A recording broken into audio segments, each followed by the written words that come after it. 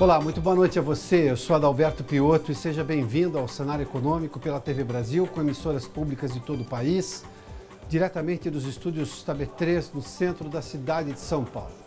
Em tempos de Fórum Mundial da Água, cuja abertura oficial foi hoje em Brasília, com a presença de chefes de Estado e de governo de vários países, os números sobre a limitação do acesso à água no planeta chamam a atenção. A lógica de que a água é um recurso infinito, um conceito já antiquado, já não se aplica mais há muito tempo diante de quadros severos de estiagem que acometem indistintamente regiões em todo o mundo. 97,5% da água existente no planeta é salgada, o que a torna inadequada ao consumo humano. Dos 2,5% de água doce restantes, 60% são de difícil acesso porque se concentram nas geleiras. 30% são águas subterrâneas e apenas 1% está nos rios e lagos, ou seja, na superfície. Segundo a Organização das Nações Unidas, 1 bilhão de pessoas está a mais de 1.000 metros de distância de uma fonte de fornecimento, situação que as define como carentes de água.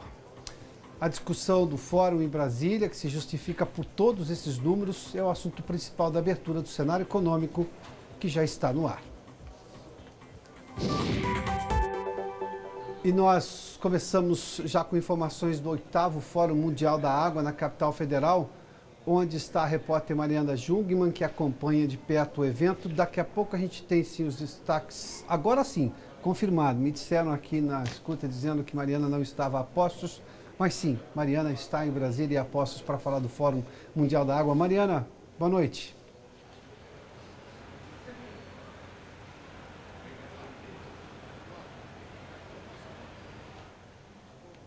Daqui a pouco a gente retoma com as informações de Mariana em Brasília. Bom, só para mostrar alguns números globais sobre fontes de água e acesso à população, dos quais nós falamos no início do programa, nós temos aqui dados sobre os recursos hídricos no Brasil. O nosso país é rico em água, mas sofre igualmente de distribuição irregular. Nós preparamos alguns comparativos que dão a exata noção do problema. Vamos lá, para a primeira informação. O Brasil tem só o Brasil tem 12% de toda a água doce disponível do planeta. A região norte tem 80% de toda a água, mas só 5% da população brasileira. Isso mostra claramente a irregularidade na distribuição do manancial de água doce, de água disponível para a população. Seguindo exatamente na segunda tela, nós temos uma outra informação.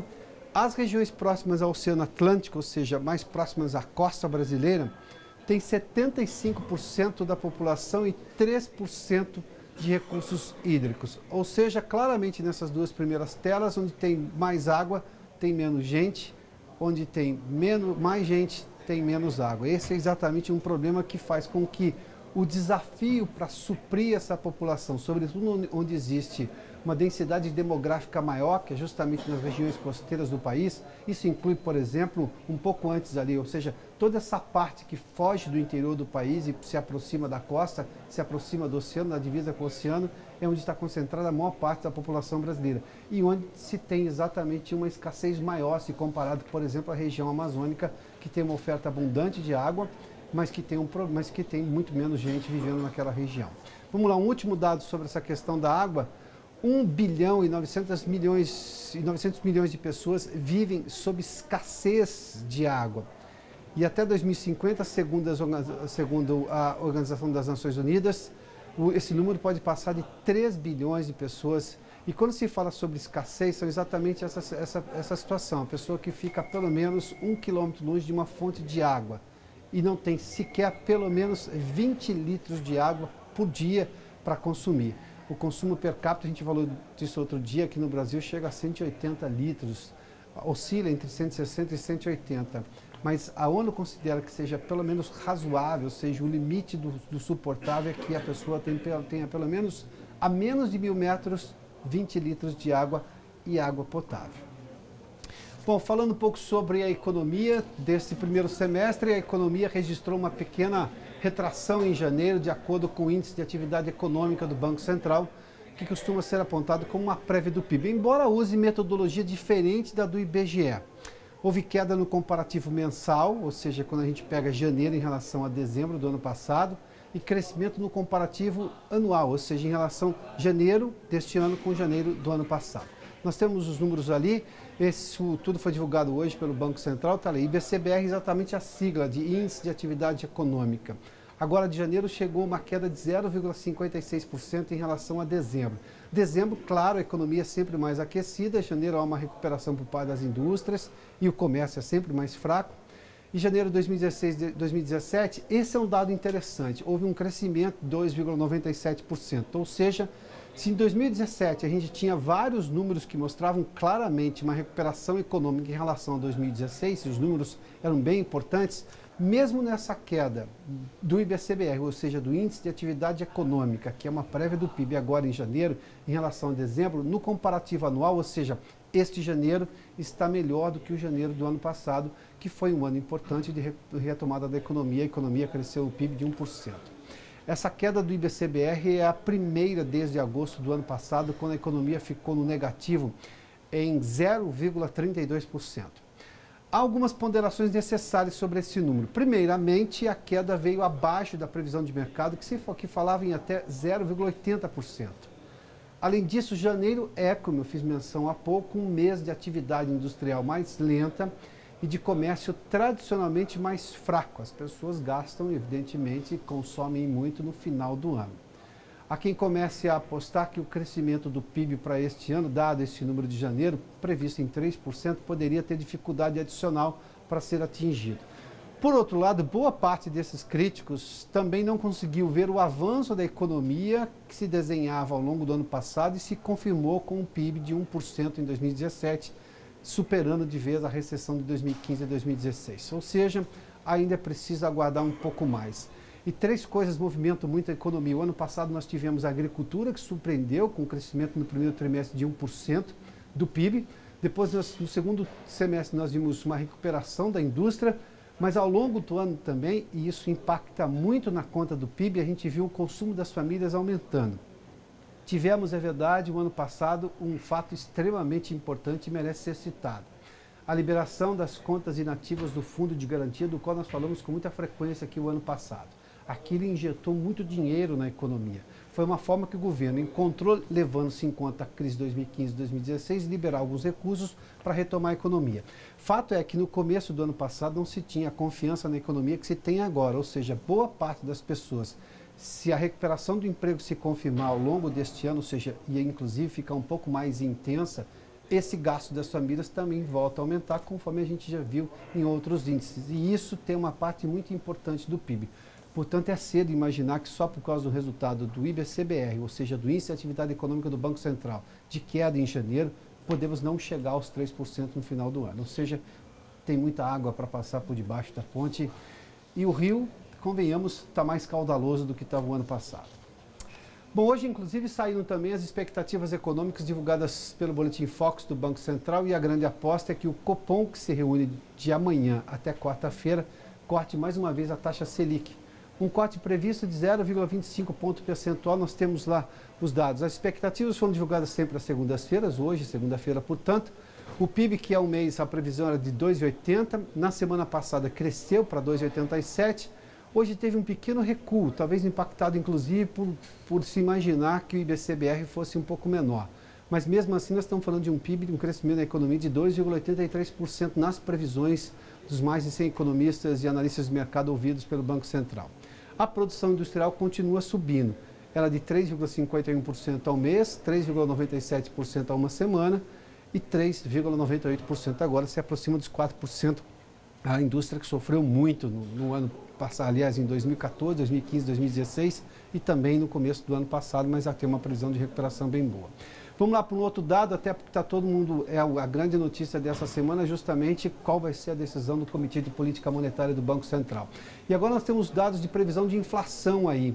Há um mês a inflação era de 3,81%, 3,67% a uma semana e hoje aqui uma previsão até um pouquinho mais baixa, de 3,63%. Isso tudo influencia, por exemplo, na taxa Selic. Para se ter uma ideia, há um mês era de 6,75%, na semana passada já havia uma previsão desse corte, confirmado, portanto, na previsão dos analistas de que o Copom deve realmente cortar mais uma vez a taxa Selic.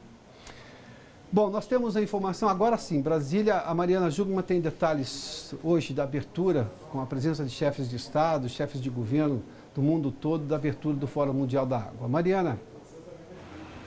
Oi, Piotr, boa noite. Pois é, foi um primeiro dia já bastante intenso por aqui, viu, Piotr? Eu falo nesse momento aqui da Vila Cidadã, aqui em Brasília, fica ao lado do Centro de Convenções Ulisses Guimarães, que é onde acontecem ali, de fato, os debates, os painéis do fórum. Pela manhã, como você disse, ocorreu a abertura com a participação de 10 chefes de Estado, uma parte deles, inclusive, já veio para cá à tarde, participou aí de painéis, foi o caso do príncipe herdeiro do Japão, que participou como palestrante em um painel sobre água e desastres naturais hoje à tarde. E aí, nesse primeiro dia, os debates, como eu disse, já começaram intensos e começam a surgir também alguns documentos que vão ficar ali disponíveis, né, cartas de compromissos, para que os participantes possam, ao longo da semana, aderir e assinar essas cartas. Uma delas foi um documento, uma carta de Brasília feita por juízes e promotores que fizeram ali uma proposta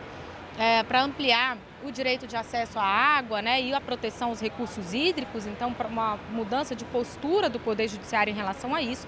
Outro painel que aconteceu aqui hoje foi com líderes empresariais, do qual também ali vai sair uma carta com compromissos desses líderes empresariais de grandes empresas do mundo todo, empresas ali de refrigerantes, de cervejas, do setor químico, enfim. Uma carta de compromissos para essas empresas inserirem esse tema nas suas propostas de negócios, pensarem na cadeia produtiva, em engajar ali a cadeia produtiva nesse tema. E aí nesse painel também esses líderes falaram sobre soluções que já estão usando para buscarem serem ali neutros em água, né, que é um termo que se usa quando a empresa devolve ao meio ambiente a água limpa na mesma proporção que usou ali para a sua produção, seja investindo em reflorestamento, em saneamento básico, né, em projetos de saneamento básico ou outros projetos semelhantes. Piotr. Muito obrigado, Mariana. Bom, voltando a falar do ambiente econômico, o faturamento dos supermercados brasileiros aumentou 4,3% no ano passado, de acordo com dados divulgados hoje pela Associação do Setor. O Maurício de Almeida está no Rio de Janeiro e nos tem os detalhes dessa divulgação do estudo. Maurício, boa noite. Olá, Piotr, boa noite. Esses dados foram divulgados hoje na abertura da convenção anual da Abras, Associação Brasileira de Supermercados. Essa convenção está sendo realizada aqui no Rio de Janeiro. Depois de um crescimento tímido que o setor tinha registrado em 2016, um alto no faturamento de 0,8%, no ano passado, os supermercados aumentaram bastante o faturamento, alta de 4,3%. Ao todo, os supermercados brasileiros faturaram 353 bilhões de reais, números positivos para a Abras. O Carrefour, a rede que pertence a uma empresa francesa, Carrefour, continua liderando os supermercados aqui no país. Teve o maior faturamento em 2017, aproximadamente 50 bilhões de reais. Seguido do brasileiro, o Grupo Pão de Açúcar, que ficou na segunda colocação em faturamento. E em terceiro lugar ficou a rede norte-americana Walmart, com o terceiro maior faturamento dos supermercados do Brasil no ano passado. Para esse ano, a Abras, a Associação Brasileira de Supermercados, tem também uma expectativa positiva, aposta numa alta de aproximadamente 3%. Isso levando em conta um último levantamento que eles fizeram com donos de supermercados, que 63% dos entrevistados acreditam que nos próximos meses os negócios vão melhorar, os supermercados vão começar a faturar ainda mais. No ano passado, os supermercados geraram 20 mil novos empregos e o setor de supermercados tem uma importância grande para a economia brasileira. Para se ter uma ideia, ele representa 5,4% do PIB, o Produto Interno Bruto do país. Piotr. Muito obrigado, Maurício. E a indústria brasileira perdeu competitividade no ano passado, apesar do baixo crescimento dos custos que ela tem. A conclusão é de um estudo divulgado hoje pela Confederação Nacional da Indústria. A Vanessa Casalino tem mais informações aqui em São Paulo. Oi, Vanessa, boa noite. Oi, Piotr. Boa noite para você, boa noite a todos. O aumento no indicador de custos industriais foi pequeno, 1,6% no último trimestre do ano passado, na comparação com os 3 meses anteriores. E o que mais subiu foram os custos com energia, 4,3%, com destaque para a alta de 11% no preço do óleo combustível e de quase 3% da energia elétrica. Com isso, o indicador de custos industriais fechou 2017 com uma leve alta de 0,6% na comparação com 2016. O segundo menor aumento desde 2007, quando o indicador começou a ser calculado. Já entre os componentes do custo de produção, o custo com pessoal foi o que mais subiu no ano passado, 3,8%, na comparação também com 2016. Já o custo com energia ficou em 3,4%. Custo tributário e capital de giro recuaram. De acordo com o estudo da CNI, em 2017 as empresas conseguiram recompor as margens de lucro, mas continuaram perdendo competitividade para os importados. Isso porque, apesar de os custos terem subido pouco, os preços dos produtos manufaturados aumentaram 1,6% aqui no mercado interno no ano passado. Já os preços dos produtos manufaturados importados caíram quase 8%, Piotr. Muito obrigado, Vanessa. Bom, daqui a pouco nós temos os números do mercado financeiro, dia de baixa forte do Ibovespa, com repercussão negativa sobre o noticiário político doméstico aqui no Brasil. Há um julgamento no Supremo que atrapalhou muito hoje o comportamento do mercado financeiro. A gente volta daqui a pouquinho.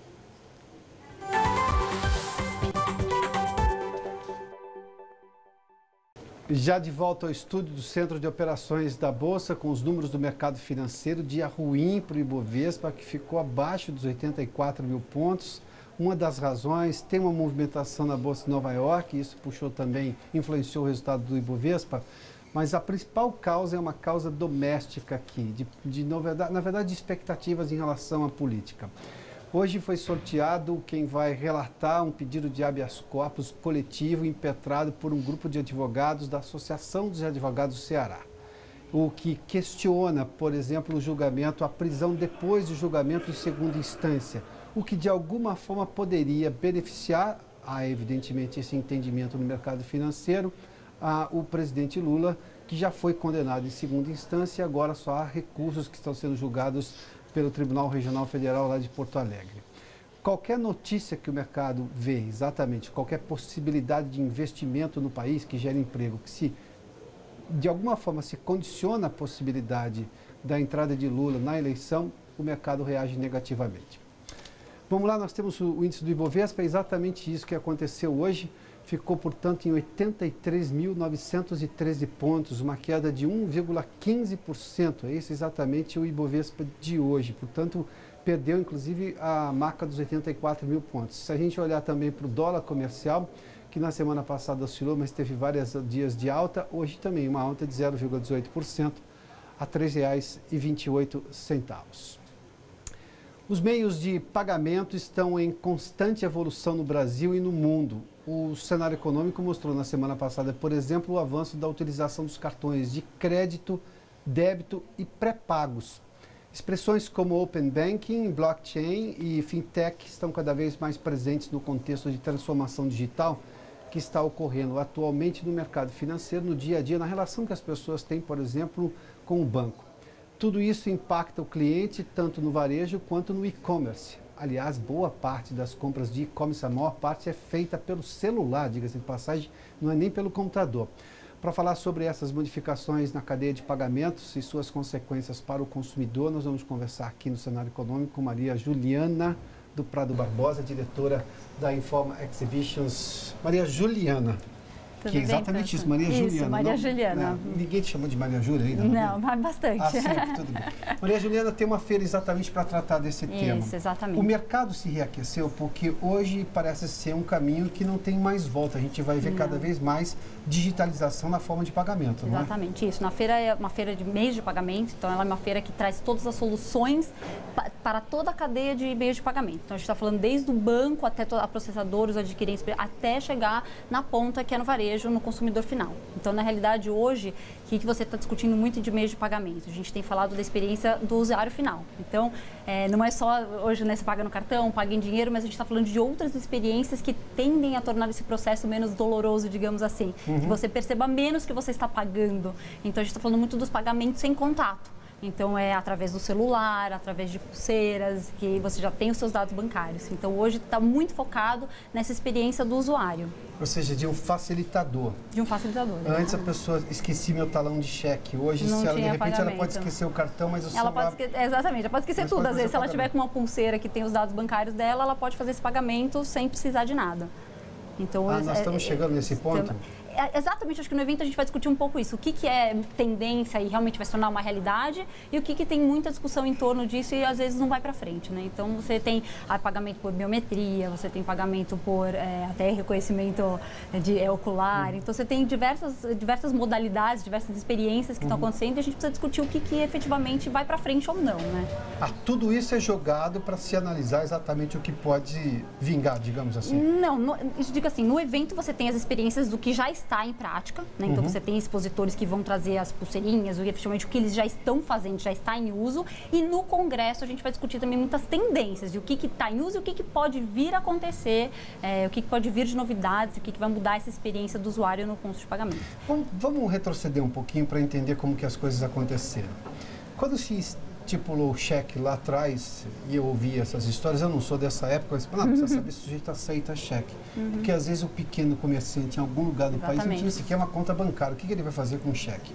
Bom, essa foi uma fase de muito tempo atrás. Nós passamos recentemente a mesma com relação a cartão. Que loja aceitar? Porque você não tinha a maquininha do cartão. Eu não estou nem falando das primeiras, estou falando das segundas, as que já são eletrônicas. Ou seja, eu posso ter um meio de pagamento revolucionário, facilitador, mas eu vou ter que ter um dono da loja que também tem um equipamento que possa ler, seja essa pulseirinha, seja o celular que faça o pagamento.